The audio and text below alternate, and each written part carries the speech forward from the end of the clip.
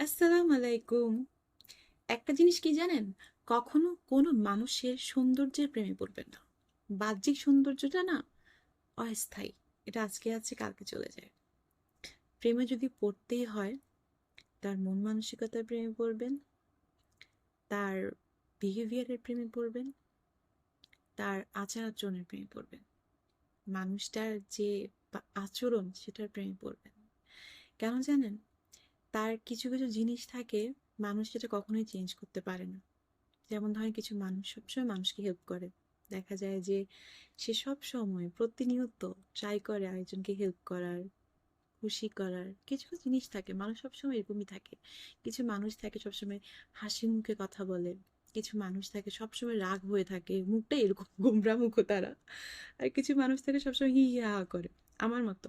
ঠিক আছে। আবার কিছু মানুষকে আপনি দেখবেন, এটা সবসময় ঝগড়ার মুডে থাকে, ঝগড়ুটে টাইপস।